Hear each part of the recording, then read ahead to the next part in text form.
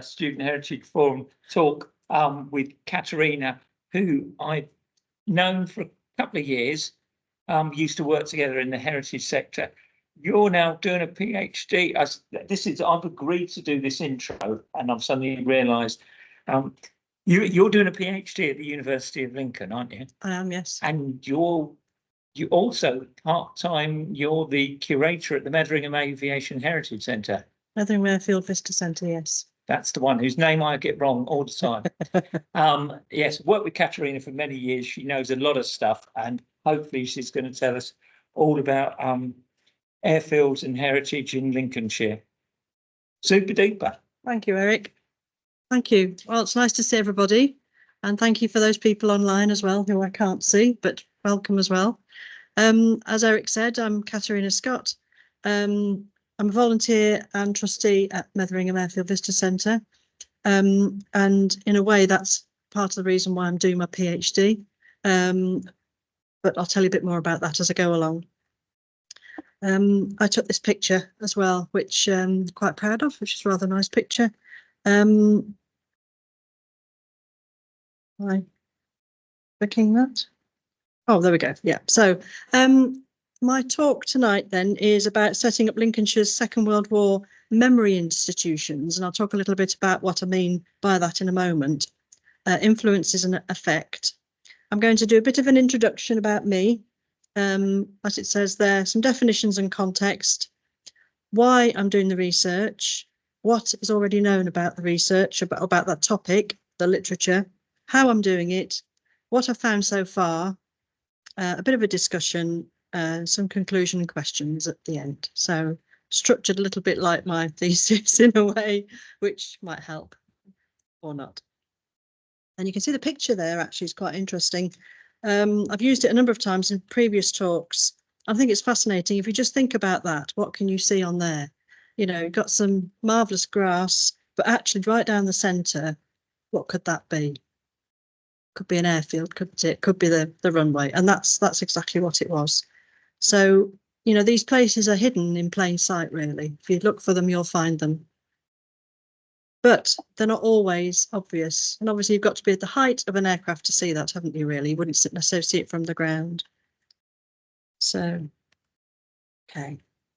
So my background then, I used to be in the military, and I did that for just under 14 years. And I reached the rank of Warrant Officer Class 2, which is the second highest you can as a non-commissioned officer. And that was before I left, so I was quite pleased with that, actually. And I did a range of jobs. It was absolutely fascinating. But that really helped me and set me up really for anything that I did in the future, be that work or academic things, because it really helped me with organisational aspects, all sorts of skills, people skills, lots of things. And then I actually did my degree. I started here at BG, a foundation degree, and then I did an undergraduate as I became a teacher from here, and then did obviously my postgraduate, and then did my master's here.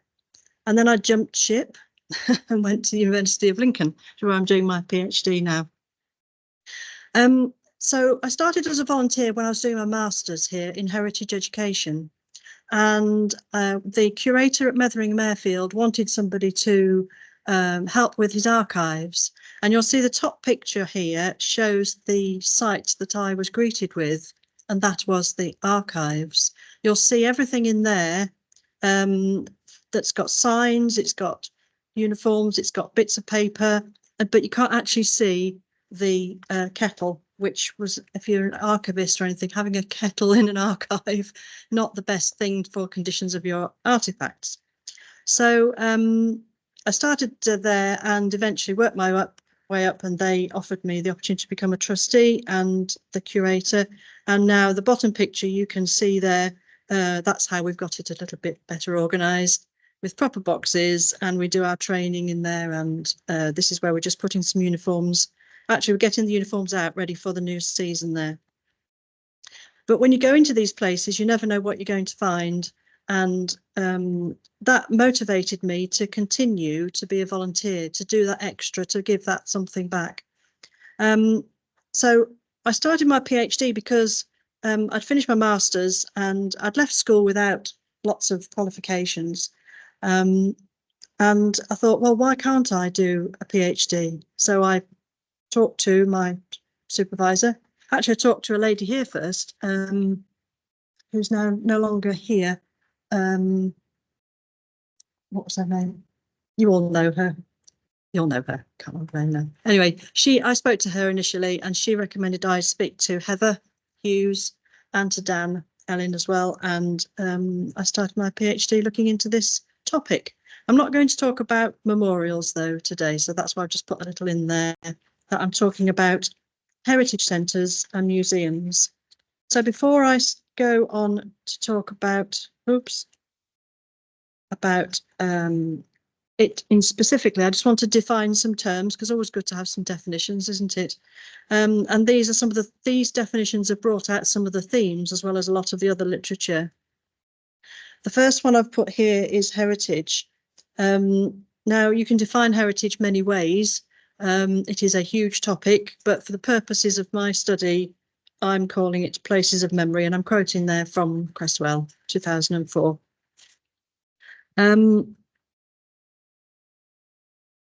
Museum is a word that you might have heard of. This one is defined by this chap called Beach, and he's actually the curator of the Foxton Canal Museum. And so he's looking at it all from a very practical point of view, because he was trying to work out what to call their museum, whether to call it a museum or something else. And so he looked at the definition of the Museums Association, which defines it as enabling people to explore collections for inspiration and learning and enjoyment. It's an institution that collects, safeguards and makes accessible artifacts and specimens which it holds in trust for society. Now, I've highlighted a few words there because they are some of the words that you'll see in some of obviously my title. You've got the word institution in there, which again has its own meaning perhaps to some. Artifacts are things I might need to think about. In trust for society, museums, you think about the fact that you trust a museum. And people, because obviously without people, we're not really going to do much, are we? So then memory, because that's one of the things I need to think about. Now, I wasn't alive when it was World War II, so I don't have a memory of it as such, but there is a collective memory of events. And as Noakes and Patterson say here, collective memory of any event is shaped by a series of representations mediated by groups and individuals, which proffer a deliberate reconstruction of an event for a social purpose.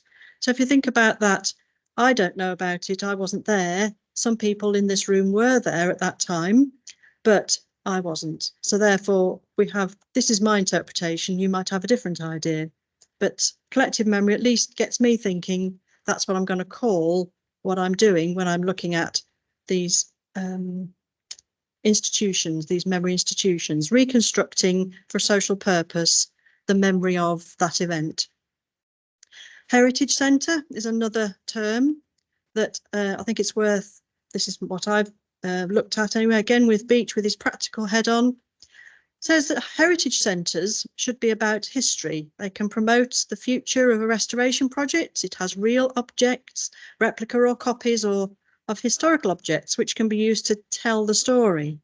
The name Heritage Centre, he says, may be used to soften the museum's image and is often used in its place. The word heritage is also used to escape the duties of a true museum, and that's quite interesting, isn't it? And that's why I picked on that, because I thought, that is something that maybe you can call yourself anything, but actually, if you call yourself a museum, people sort of might get that idea that you really do know what you're doing, but Heritage Centre, possibly, you never know. So interesting. So visitor centre. A visitor centre, another one he defines.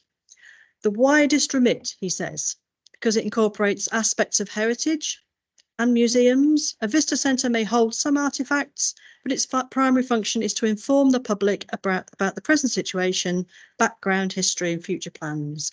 So a visitor centre has that widest remit that you can dip into all of them there. So different places in Lincolnshire potentially might be called these different things. So when you go and visit them, you might think, what does that mean? How do I then perceive that place by that name? It's again that identity, isn't it? So a few other terms that some of you who may not have heard much about this topic might have not come across before. You may have done Bomber Command, Coastal Command, Transport Command, Fighter Command. These are basically ways of the RAF organising themselves during World War II, Second World War. Yeah, so that's just in case you'd never heard of those things, and you may not have. But I might mention some of those words later on, so hopefully that helps. They're called different things now, by the way. They're not called these things anymore. They changed them at some point. I think it's now called Strike Command, yeah, for whatever reason. So just going on slightly about this, in my title, I've got memory institutions. And this idea came from my supervisor, Professor Heather Hughes. And in her paper she wrote in 2021, where she has this definition of memory institutions in Britain and elsewhere, telling the story of the Allied bombing campaigns. And she was saying at the time that little research has been conducted into their representation or reception. So in a way, I'm sort of filling that gap, which is right, helpful, really. And this is a couple of pictures of the Lancaster bomber at the RAF Museum in Hendon, which is in London. If ever you get a chance to go, it's really, really worth it. Just a couple of pictures I took there of the aircraft. But that's changed over time, and that museum, though there used to be a bomber command hall, and now it's very much reduced into other areas. So how things are shifting, perhaps, and things are moving to prominence, different ways of representing the past. So it's 80 odd years at least since these things happened. So as time progresses, they may not be as significant perhaps to some. Okay, so a bit of context for you again. If you weren't aware, Lincolnshire's aviation history goes back quite a way, back to at least World War I. And I put here a little picture of the munitionettes, which were in World War I. I'm not quite sure exactly where that was, but that's on a Lincolnshire website, which I put a link to at the end and to all of my references at the end. But Lincolnshire was, and particularly Lincoln, was very prominent in the First World War in building tank, obviously, but also in building and the maintenance of aircraft, as you can see here. And then actually right at the very early days of before the First World War, the first flights, the first Flying Corps flights were from the south to Scotland, and they often used to stop in Lincolnshire, big areas of land, to refuel and have a cup of tea, etc. And then they would go on. So they're dropping off points. So in a way, right in the early days, Lincolnshire has been a space and a place for aviation. So in World War II then, the county, as you can see from the map, was absolutely covered in airfields, ranges, decoy airfields, and some headquarters buildings as well. So I'll tell you how many I've found so far, but these figures differ because you go to different sources and you're not quite sure whether it's this number or that number. But I've come up with a number anyway, and I think it's about 52. But it's interesting because the headquarters side of things is a different aspect, and that's something that would be really interesting to look into, but I can talk about that a bit later. So you've got all these airfields, a couple of headquarters between 39 and 45, and then post-war, a lot of the airfields were closed down, and many of them were put in what they call care and maintenance. Some were kept for the Cold War, which was up to the 1960s. And then some were closed and some were retained. And then, of course, today you've got the 4 in Lincolnshire now: Waddington, Coningsby, Digby and College Cranwell. And obviously Scampton recently closed. So we're really down to a very small amount, which is a shame. And the picture I've got on the right, my right, don't know which one you're looking at. You're right, good. That's RAF Digby. That's inside the World War II because Digby was a fighter station. So that's inside the ops room, the fighter station ops room, and open on Sundays.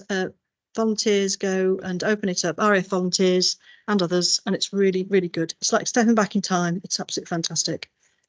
So that's one place that we know that we can go to. So how else do we know what happened in this county after that momentous time? Well, that leads me on to my 3 sort of research questions here.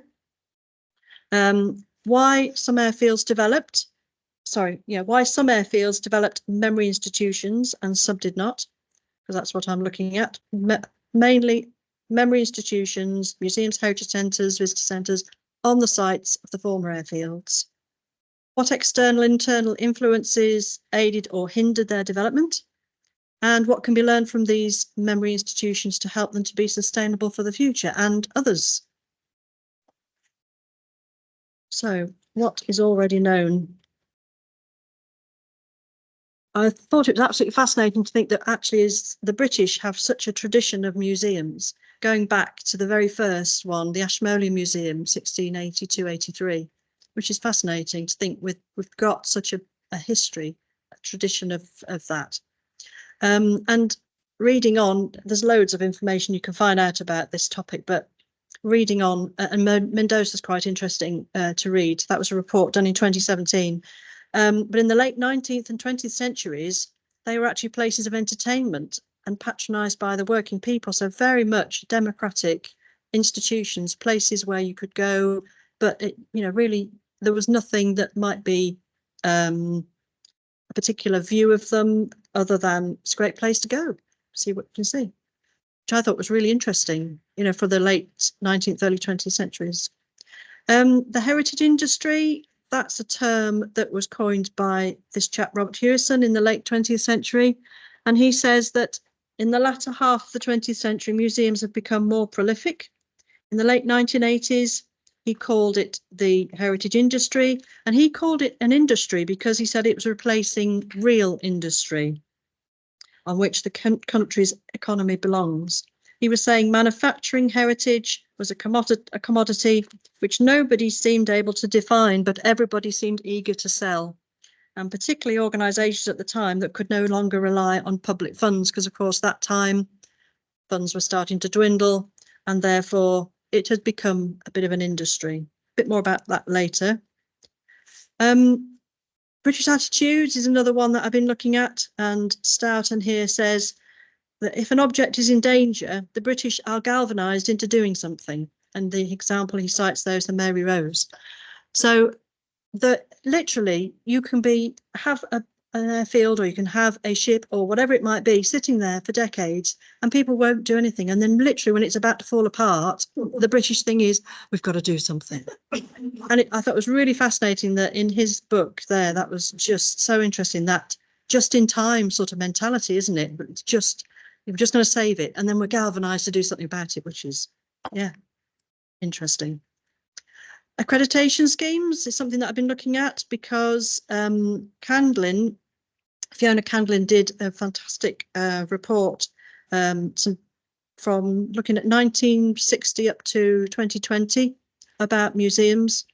And she said that unaccredited museums, so those that aren't accredited, unaccredited museums are mainly independent, small and specialising in a particular subject, but they're more likely to close.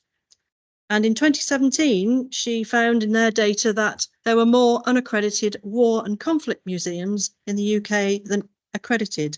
So if they're more likely to close and there's more of them that war and conflict, we're a bit of a rare breed. So that's something to think about when I'm thinking about my research, is am I actually going to find much out there still? And then war and airfield-based heritage. There's a really good book by a chap called Campion, and he has done what I'm doing, but basically for Kent, looking at all the wartime airfields in Kent. And he did the case study of RAF Hawkinge, which is now the Battle of Britain Museum. Very small corner of RAF Hawkinge remains, and that's where the museum is. And if you look at it, if you ever go and look at there online or visit, I haven't visited yet, but the view from the top is it's really squeezed in and all these houses around it. So What else? So some terms that you might have come across in your studies: place. Here I've got a quotation from Historic England.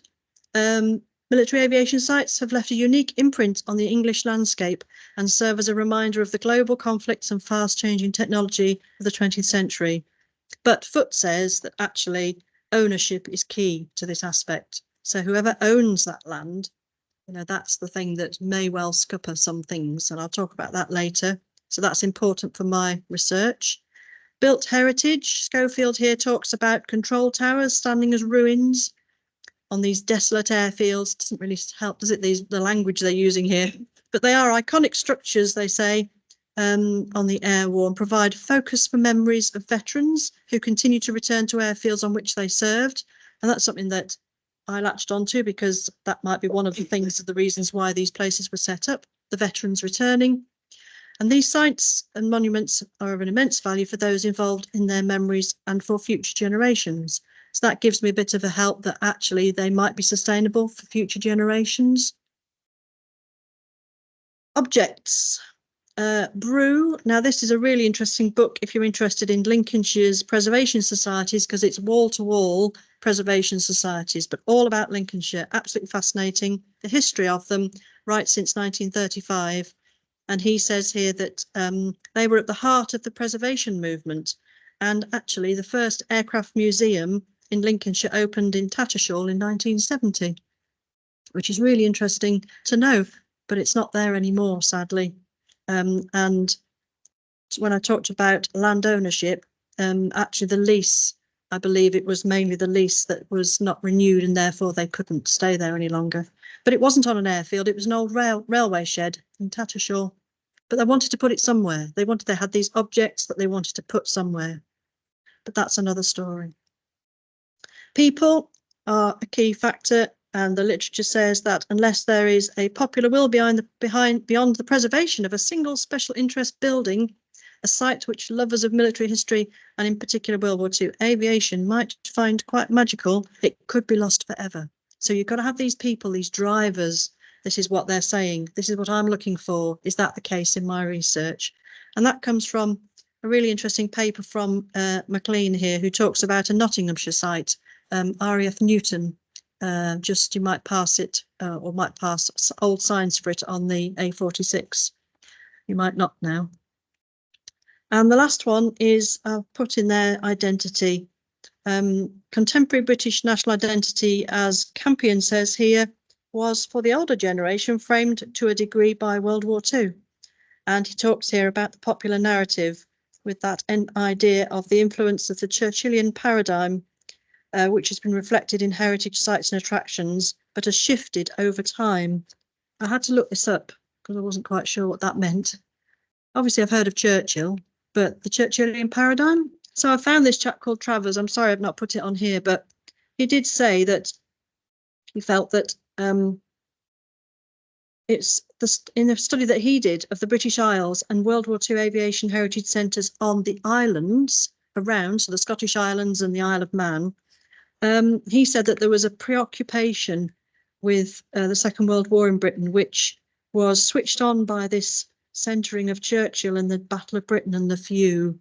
So that sort of narrative was running through. So that's something that I had to be aware of when I'm looking at my study, because I'm talking to people that may be of that period, and therefore that's something I just have to be alert to. So it's really interesting, but he does say that it's shifted over time. So obviously, whenever you're doing any study, it's all a change over time, isn't it? Yes. That's another debate. So how did I do it? How am I doing it? I haven't finished yet. Sorry. How am I doing it? Archives. So I've looked online and paper archives, minutes of meetings, invitations, menus, and newsletters, and correspondence.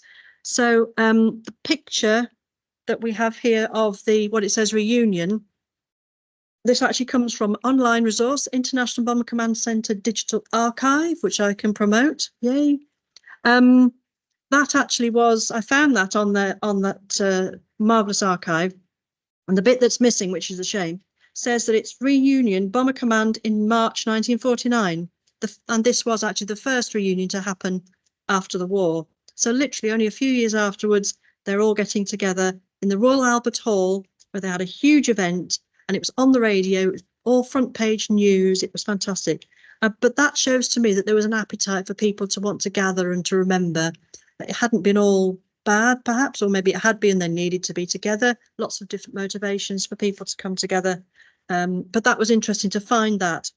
And then the second newspaper article, which you can just see there, I found that at Elsham Wolds Memorial Room, and that talks about the second Bomber Command gathering in London, and that was showing, talked about all the people from all over the country coming to centre on London again to go to the Royal Albert Hall to gather and to have this social event. Many old comrades meeting together, and it talks about the different, if ever you get, I mean, I can send you this if you really want to, but if ever you go up to Elsham Wolds, then it lists each of the areas where they're coming from and where they're gathering, and it's almost like a set of instructions on how to where to meet. You know, but it's all in the national newspaper. It's amazing. This is literally out there. Yes, I thought that was fascinating. And then photographs. Obviously I visited somewhere that is North Lincolnshire Aviation Heritage Centre, which hasn't opened yet, but is about to open hopefully. But that view that you can see is the part of the perimeter track just there where they're starting the museum. That's really exciting. And finally, in the little handwriting you can see there, not finally, but before last, that's actually the archive notes from Cranwell and Bayard's Leap Parish Council records, 1989 to 1994.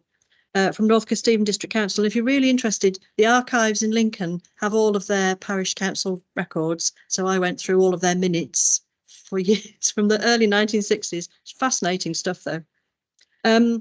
Because I wanted to find out, this actually says that they wanted at the time in 1990, in the 1990s, early 1990s, they wanted to find out, North Kesteven District Council, if anyone wanted to be interviewed about their recollections of Lincolnshire's airfields, and they wanted names to be put forward. So in the early 90s, NKDC was interested in this topic. And again, that helps me to think, okay, that's somewhere I want to go and talk to. That's what I want to look into a little bit more. And then last of all, apart from visiting, which obviously I visit these places, I do some interviews. And these are the themes for my interviews. I have 9, so rather than a questionnaire, I have an unstructured, semi-structured interview really. Lasts for about an hour, and these are the themes that I cover. And I ask the individuals who I have found because they are involved with or have been involved in the early days or know about the early days of these memory institutions that are in Lincolnshire on these airfields. And these are the sorts of things I'm asking them.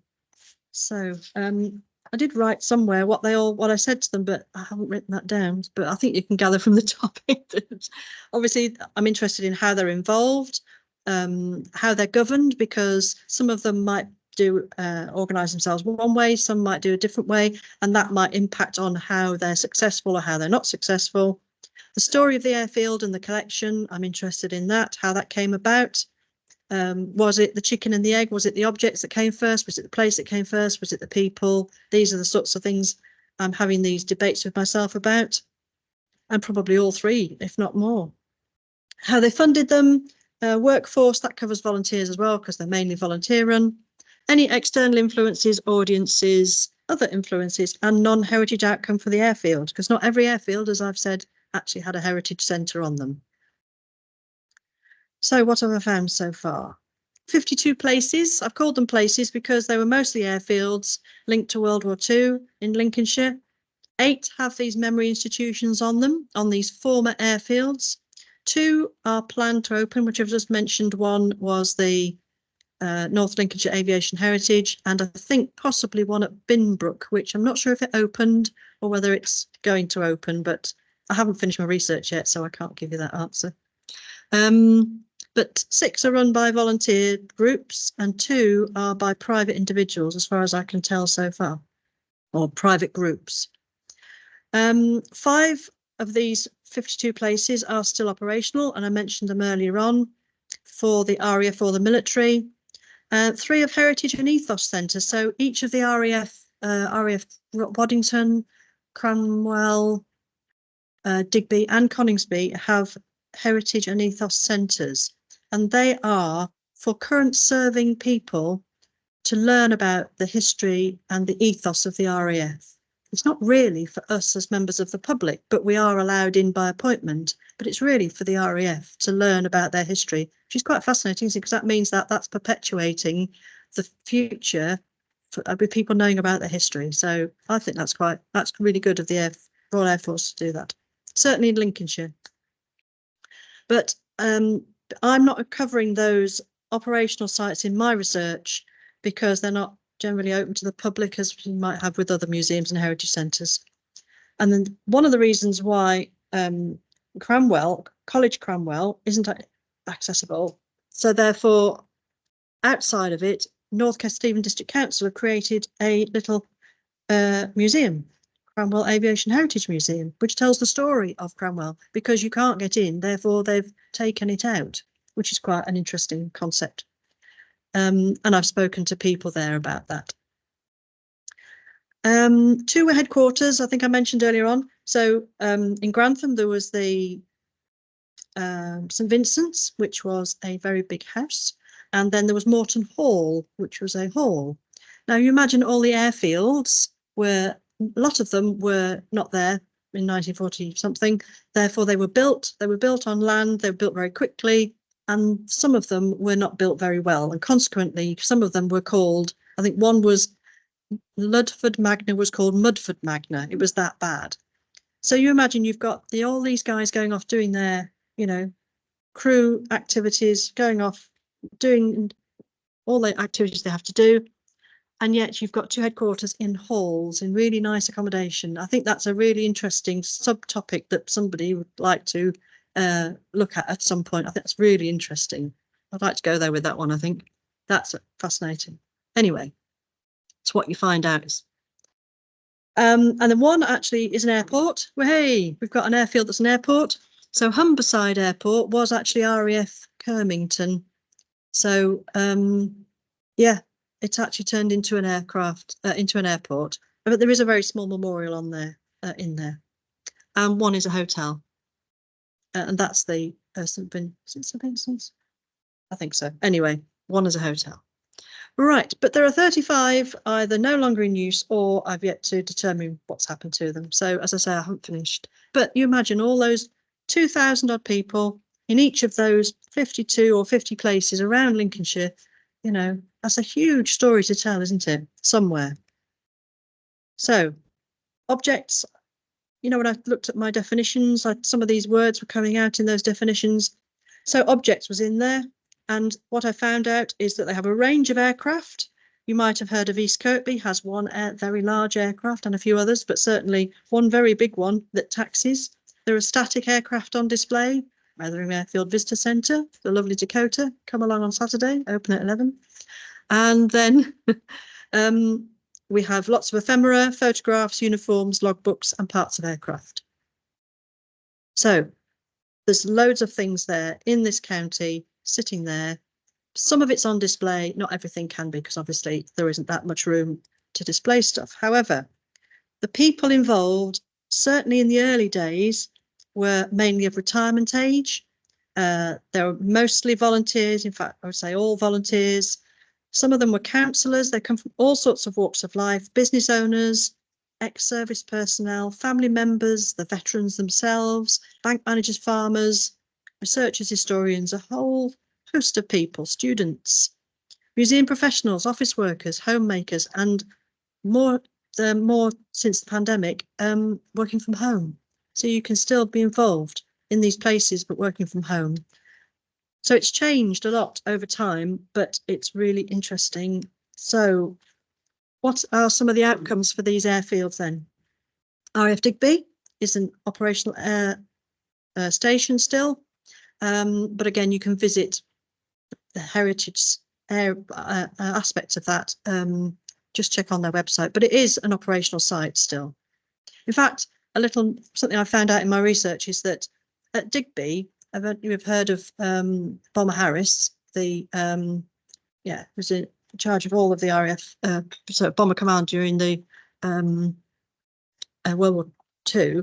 It was in the Air Force beforehand, and he lived at Digby. One of his early houses was at Digby, which is quite an interesting fact. The second picture you can see in the centre there, that is at Elsham Wolds. That is a very large hangar, and that is currently on the site of, in fact, it's used by large vehicles, so for storage. So it's on the side of the M180. So the airfield's been split in two, and you've got some of that industrial centre, and then you've also got the M180, and then the remainder of what used to be the airfield. And what used to be the airfield is on the other picture here, which was used to be the perimeter track, which is now being used for aggregate. So they're not being sort of completely, they're not disappeared. They're actually being used, not for heritage, but for everyday activities. So there's hope for those buildings that should have fallen down, 80 years ago or 70 years ago. But apparently concrete actually gets stronger the older it gets, which again, so that's possibly going to be there for a lot longer. A couple more here. So on the top left, you've got the view from Wickenby, RAF Wickenby's Heritage Centre, and that's still there. That used to be, that is actually still an airfield, but not for military. It's a small civilian airfield. They don't use the watchtower though. Then in the centre, you've got Grimsby Waltham. That you probably can't see it very well, but it's a Nissen hut, and that was used by the WAFs, but that's still there. And in there, they've got a really nice display of the RAF up in Grimsby Waltham. And then the other two pictures are at Dunham Lodge. Now, Dunham Lodge, RAF Dunham Lodge has long history since the 40s, but the building on the bottom left is a house that is used and opened twice a year, and they put the collection of artifacts in there twice a year for you to go and see. April and I think August, whenever they have a gardens open day, they open that with the artifacts. And then the building, the former building up there, the RAF from World War II, that used to house their the crew's clothing. So they'd come off their aircraft, they'd put it into the drying room, which was next to there, and then they would collect it from there before they went off on their sorties. So that building may well have been the last building that they were in before they went off on their sorties, which is interesting, thought-provoking, but it's being used or not used at the moment, as you can see. It's a bit sad, isn't it? But again, that land is privately owned. The land at Wickenby is privately owned as well. So a little bit about Metheringham Airfield Visitor Centre. I'm a trustee there and the curator, but this is my case study because I know quite a bit about it, so it's quite useful. But I have to be careful to think about my own biases when I'm doing my research. But a couple of pictures. The picture with the tractor was some point in the early 90s, where you can just see the building behind was the old ration store. And they were placing, and you might be able to just see a sort of something coming out of a propeller, and so that actually is a memorial which they've created. And the picture on the left, you can see they are dedicating that memorial, and the memorial was dedicated to Squadron Leader Robertson and crew and all those escaped and evaded capture from RAF Metheringham during World War II. So they had a dedication ceremony there in the early 90s. And the bottom picture you can see is what it looks like today. Still there, all painted up, but the memorial's still there. And those actually are the two of the museum rooms. But you can see the guys gathering there. There they all are, the men standing there, the former crews, and all the ladies sitting down watching that happening, dedicating that area. But you can see how the building was in a really bad state, but those men there and the people who organised and started the visitor centre turned that building into what it is today and has maintained it. And in fact, it had its anniversary last year, but I'll tell you a little bit more about that later. Okay, so Metheringham, sorry, there's going to be quite a few clicks. So this is Metheringham Airfield Visitor Centre, 3 of the things. I don't know how we're doing for time. Okay, good. So I thought I'd give you 3 of the areas, 3 of the memory institutions that I've looked at, and some brief details about them. So here we've got Metheringham Airfield Visitor Centre. MAVC was set up in 1993. It was set up by Peter Scholey with a lot of help from North Kesteven District Council. Council were very instrumental in getting this place going, but there was a will from the people and a will from the council. The 2 came together and the money was there to be able to develop it. Well, they wanted to set it up because Zena Scholey, wife of Peter Scholey, was the county council leader, and so she had that expertise and she was that sort of driving force as well, bless you, behind the visitor centre. They'd got these former airfield buildings on their land. They owned the land, and they put a call out with North Kesteven District Council for some locals to help them to set up the visitor centre. There'd already been an interest, as you might remember from that parish council, that they're looking for people who know about airfields, and there'd already been some trails, some airfield trails in the 1980s as well. So airfield trails, people coming, visiting Lincolnshire, trying to find where they were when they served, because they're at that sort of retirement age, coming back, other people just interested in aviation. These trails are there. North Kesteven, we've got a place, these people have got a place to have what an old build, they've got an old building that was built during the war. Why not bring the 2 together? The former crews were also coming back, and they again were another motivation for Peter and Zena and the group of volunteers to set that place up. The pictures are the Peter Scholey Hall, as it's now called, but that's the gymnasium. The top picture there with the Link trainer, which you can just see its wing there, which was a World War II training, flying training thing. Thank you, simulator. I knew someone would say it. And then the bottom picture is the memorial garden. So they've got a memorial garden there, and there's artifacts. You can see the different types of artifacts. How is it set up? Finance from North Kesteven District Council, publicity, posters, word of mouth. Word of mouth, oh, I've heard about that going on. I'll go along. And that's exactly what happened. People went along and then they joined in. It was run by volunteers and trustees. It was a friends group that they called themselves in those days. And it was what they called an unincorporated charity. And that's one that, sadly, the trustees of that charity are liable for everything. So therefore, being unincorporated is not a good model. So more recently, the Charity Commission has encouraged these kinds of organisations to become incorporated. So it's slightly different, slightly technical, but it's interesting if you're really interested in that sort of thing. It's open seasonally. It's very cold in the winter. It costs a lot of money to keep these buildings going. Therefore, it only opens during the spring and the summer. Located on the former domestic site of the dispersed airfield. Now, if you want to see what a dispersed airfield's like, come to Metheringham Airfield Visitor Centre, and in one of the rooms is a diorama, and it shows you how separated all of the aspects of a World War II airfield are. For one reason, it's less easy to destroy a whole airfield if it's separated all over the place. So it's on the domestic site of the airfield that these buildings, the ration store and the gymnasium and a couple of others, form the visitor centre. They have a collection of objects now, but they didn't at first. Objects weren't the key thing. Obviously that memorial was, that former propeller, but over time items were donated.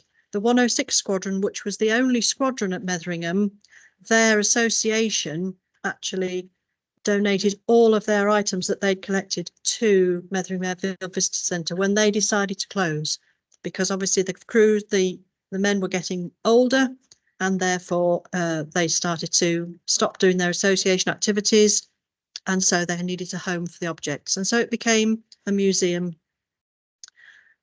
where the objects were stored and displayed. But they basically took anything initially. people's attics, which is a problem for now, because you've got to think, well, actually, does that fit our collections policy? Anyway. The story of RAF Metheringham is 106 Squadron, the only squadron there, and the Voluntary Agricultural Group. Now, just briefly, the 106 Squadron, that squadron was in Bomber Command was one of the squadrons. It was a very top squadron, and it was led by a man called Guy Gibson, who you might have heard of. Now, he wasn't at Metheringham, but he and his top men were really good. Therefore, they took them from Metheringham, or not Metheringham, they took them from 106 Squadron, and they formed the Dambusters, which obviously, again, you might have heard of.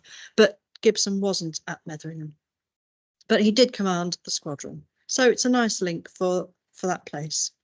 The VAG, Voluntary Agricultural Group, nothing to do with the RAF, but after the war, the place was used by these young people that came from all over the world to help us to develop our farming industry. And so they were working on the land, a bit like the land girls, but they were like afterwards working on the land to help Lincolnshire and the country get the food going again. So we remember those because they left in 1955. So MAVC remembers that as well. So the key influences that I've got from Metheringham are people making things happen, objects that came later, the place, which was there initially, and then later it had its static aircraft, the Dakota, which arrived in 2015. It is now an accredited museum, and it's up for re-accreditation next year. Accreditation is really fascinating, and I'll talk about that very briefly. So the next place of the three, Elsham Wolds, RAF Elsham Wolds. It is called Elsham Wolds Memorial Room.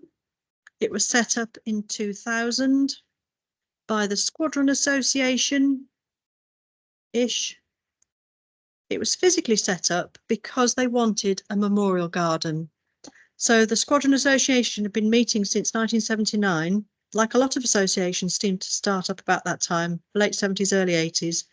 And they were meeting in the pubs, they were meeting in local hotels, coming back to the area generally. After the London events, they started to draw back to where they served. And so the Squadron Association wanted somewhere, and they wanted to have a memorial garden. So the memorial garden was set up by private agreement with the landowner. It's run by volunteers. It's only open by appointment, but it's located on the end of the runway. So this memorial garden is right at the end of the original runway, and the building you can see in the background is Anglian Water's building. And so Anglian Water have a private agreement with the people who run this, a small committee that run it, to have two rooms where they can show a whole range of objects and have the garden. It's a beautiful place, but the objects are mainly a loaned collection from one particular person, their curator. He gathers all of these and fantastic stories he finds out. The stories of 103 and 567 squadrons. And in the corner of the memorial garden, if ever you get a chance to visit, which again, it's by appointment, but you can go, there's a small memorial there to a crashed aircraft. Now it's there, not because it crashed there, but because where it crashed, the landowner didn't want the memorial there. So they have the memorial there, which is rather nice, isn't it? Key influence for me, the people, the crews, the families, and they've had an annual reunion there since 1979. And actually we went to their annual reunion a couple of years ago, and it was a really special, moving time. The air cadets were there, and even though after 80 odd years people still want to be involved, which gives me hope that these places are sustainable. And the last place I'm going to talk about here very briefly is RAF Wickenby. Again, you can visit. It's called the Wickenby Memorial Collection.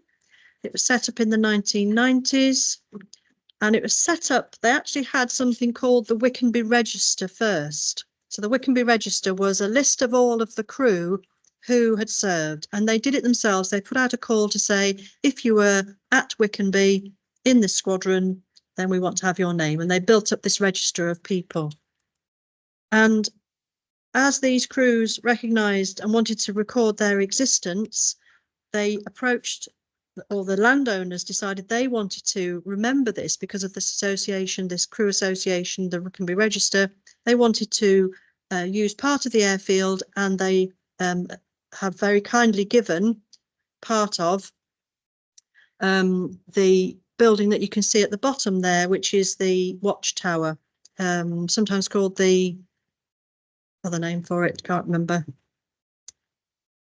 Control, that's it, thanks, control tower. So the top half of the control tower, or the watch room, is the museum that you can see in the two of the pictures there. It's run by volunteers. It's usually open all year. And if volunteers aren't there, then you can just go up anyway and have a look. But downstairs is a lovely cafe as well. As I've said, I've even said it there, look, watchtower, and it's still used by light aircraft. So if you go up there, you can look out of those marvellous windows and see the light aircraft arriving and departing, but it's only the half or part of the airfield. It's not the full airfield that was. It has a collection of objects, aircraft parts, medals, logbooks, etc., relating to 12 Squadron, which apparently is still going. And so 12 Squadron has a long connection with Rickenby, purely because it's still going. So they have reunions as well, which is fantastic. So it gives me hope that these places are there and people want to display these items. They want to tell the story. As a curator and someone into collections, maybe having all that light onto those uniforms might not necessarily be the right thing, perhaps, but, you know, they might rotate them. I don't know. I haven't asked that question. And it tells the story, as I say, of 12 Squadron, but also 626 Squadron and one group there. People, objects and place are the key influences. So, I know I'm rabbiting on a bit. I haven't got too many more slides. So shall I carry on? Is that okay? So some of my discussion on the influences then. I've so far discovered that internally, those influences that aided the development of these memory institutions are the fact that they've got a place to use, they've got dedicated volunteers, professional attitudes, hard workers that will do anything to look after the buildings and the objects.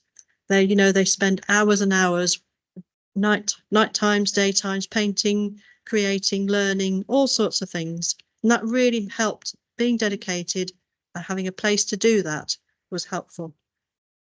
But things that hindered the development of these places were disagreements and falling out, particularly in those, well, in the early days. But at any time, really, you know, people can just say, right, that's it, I'm off as a volunteer, and they're gone, and that's it.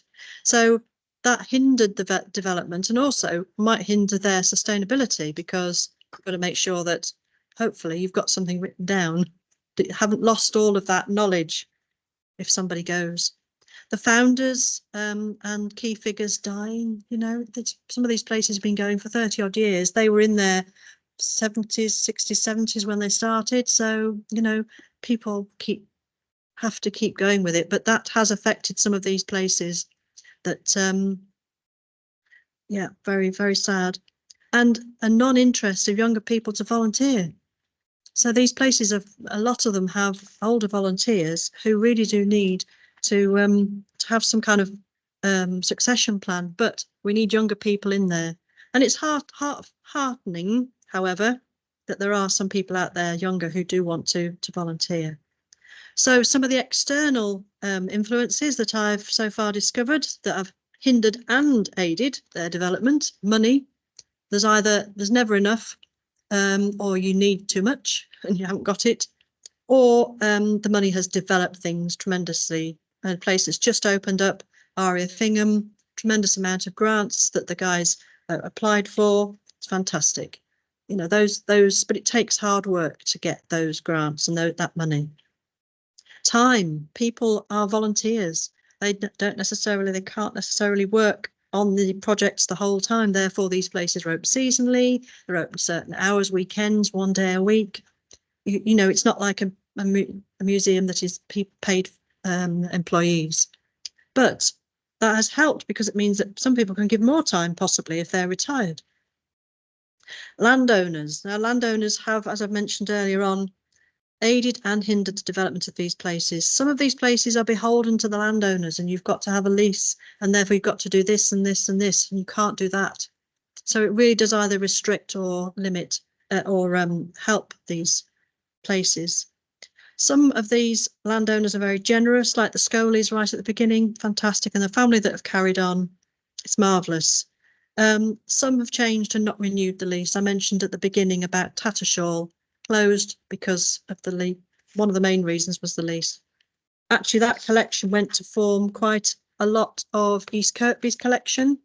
And then when that wasn't necessarily all appropriate, it also formed the main collection at Thorpe Camp Visitor Centre.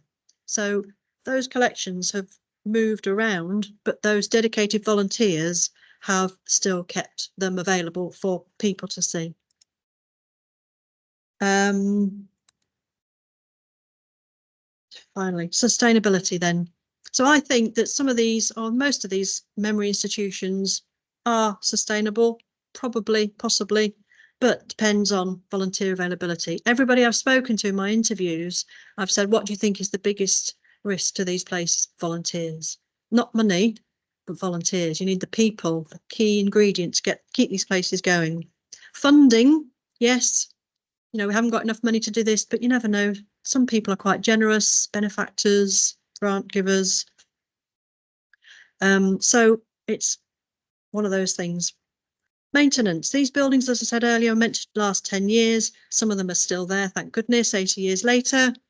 The objects themselves, you know, those artifacts were built for that job of an inside in Lancaster or Lancaster bomber or uniform. You know, they weren't meant to last all this time, but yet they are lasting. So will we have anything to see?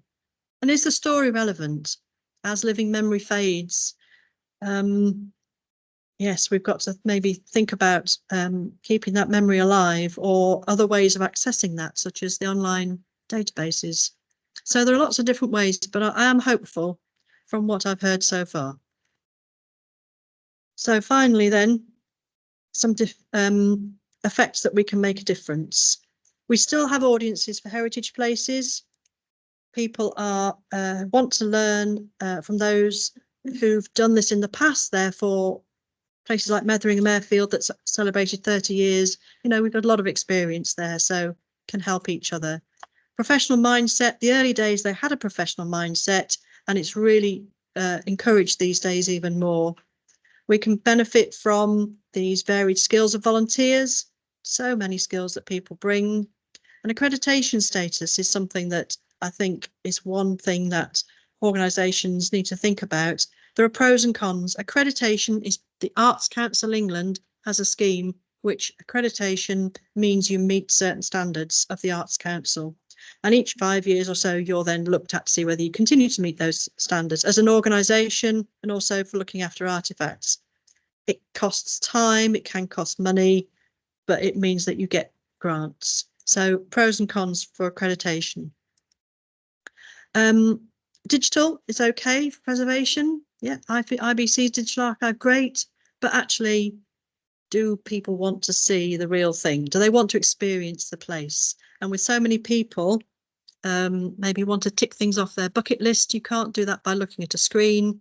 You're really want to go there and see it. So therefore, these memory institutions in Lincolnshire are there, and maybe some of them are yet to open. Sorry, there's a couple more.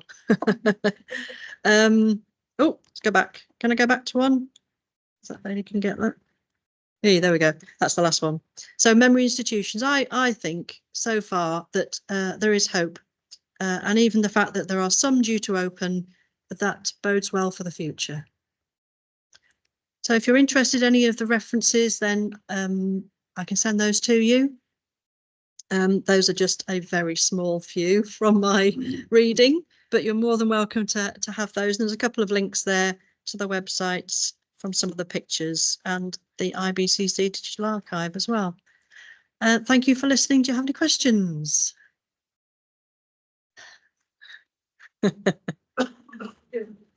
Oh, thank you.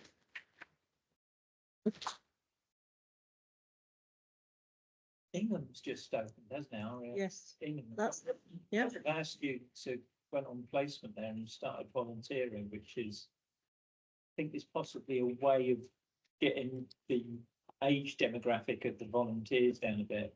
and get Yeah. into it and realise that it's a fun thing to do. It That's is. not a question, is it? No. It was quite interesting because the Jeff Burton, whose idea it was, he's the person behind it.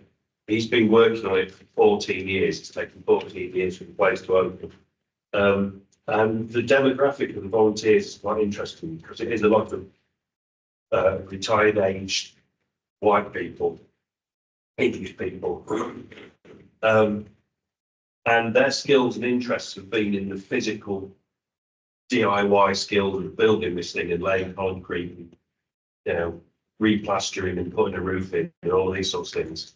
And they've been helped quite recently by an awful lot of new blood coming in from the Polish community, because our thing tells the story of the English and the Polish soldiers. So there's a lot of younger people who are starting to get involved.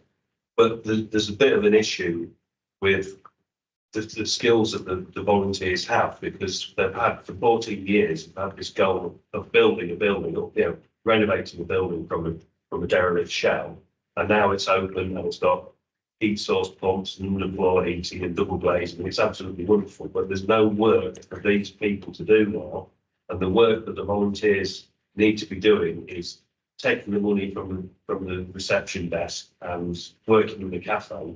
And it remains to be seen how much people want to volunteer to do the washing up. Yeah, yeah. That's it. Once you, because I didn't cover the actual what people do in these places. I'm looking back as to how they were set up. But yes, how it runs. You know, you say you need the bottle washers and you need people to greet people and tell the story. So yes, and one of the things with students though is that a lot of these airfields are in the middle of nowhere. So getting there is the key thing. You know, you've got to have transport. The bus services are really bad. So no, it doesn't. So it's, yeah. So you need to be busing people in, which, you know, can you do that? There's a small organisation that's all volunteers. So it's okay saying you got to get the young people, but actually they've got to get there. It's, yeah. There's a lot of actually at Metheringham, there's a lot of new people coming in that are in the RAF. So they're serving RAF. And some of the things they can do from home and some of the things they can do on site. And so therefore they've got that balance. When they've got the time, they can come on site and they can also do things from home. Whereas in the past, everything was done on site. You know, you had to take the cash, you had to bank the cash, you had to be there to talk to people. But now, you know, there's a wider variety of roles. So for these original places, sticking with it and, you know, getting there, that determination to keep going is, yeah, they should be, they are very much commended. Yes. Just on slightly different digital so like you want to experience the real thing, but then you also just said, well, it's difficult to get to the real. Yeah. I think one success in regards to generating interest and enthusiasm amongst younger people in heritage and digitisation, it was done by English Heritage. They reached out to people who played Minecraft and said, can you, in this video game, recreate Kenilworth Castle? Can you not only preserve areas of heritage as they are today, but using historical material, actually rebuild them as they were digitally? I think that's already the heritage sites, you know, embracing the fact that I don't mean just digital archive, like a fantastic command centre does, but actually using digital tools to to preserve these sites digitally, potentially forever. How much are they embracing that? And in terms of the skills of the volunteers, they may have a lot of skills that are continually useful, but what skills do they actually need to develop to help the preservation of these sites? Yeah, it's tricky because the demographic of those that are volunteering are not necessarily always digital you know, digitally savvy. So as you say, trying to get young people involved in that would be great, but it costs money to actually then, I mean, the organisation you mentioned is probably quite well funded. So the small independent museums here may not have that money. And if you wanted to get a grant to get that sort of work done, you'd have to spend a lot of time trying to get that grant, which some volunteers can't spend the time on. So it's a chicken and egg thing, isn't it? It'd be lovely to have these things. I know I had a piece of software on my phone where you could 3D digitize the whole room, and it's fantastic. You know, you can do that. But, you know, that was me learning that on that day, doing that. Meta something it was called, I can't remember. But you can do that sort of thing, but you don't go off and do a PhD because it just drives you to do other things, you know, like what to read and stuff. So, you know, having that time to do it, you know, it's great to have the facility, but then you can have the time to do it as well. So there's all sorts of things to think about, but great ideas, definitely. Be nice to be able to preserve it. I'm not against digital at all, because actually I'm advertising here for a digitisation volunteer, because you know, at Metheringham we've actually got a need for digitisation. But yeah, all today you've got a wider variety of skills and facilities you can use, whereas in the past it was a bit of paper and a bit of sticky tape, and you know, and go for it, newspapers, and tell everybody what's going on. So yeah, it's interesting to see how it will change over time. Yes. You work with me in the heritage sector run by the county council. Now you run in somewhere that's with all these sort of smaller volunteer things. There's loads of different things they can do. They sometimes don't have the money, relying on the skill set of volunteers. But in a way, it's liberating because they can all do a fantastic wide variety of things, and no one has to go up on management.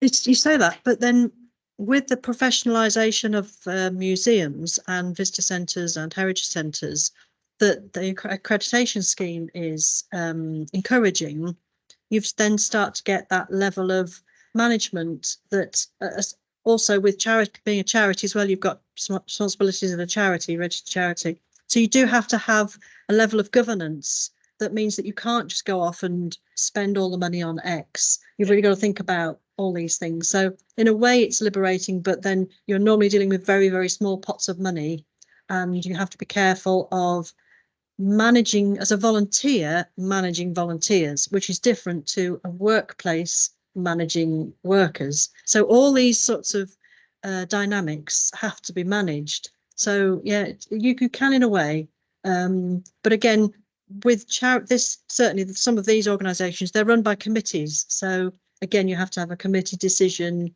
on how to spend the money. So it's not as free as maybe it might seem. Although some of those private organisations may well be able to do what they want. Private, you know, the couple that are run by private people or private organisations, they would perhaps. But yeah, there are.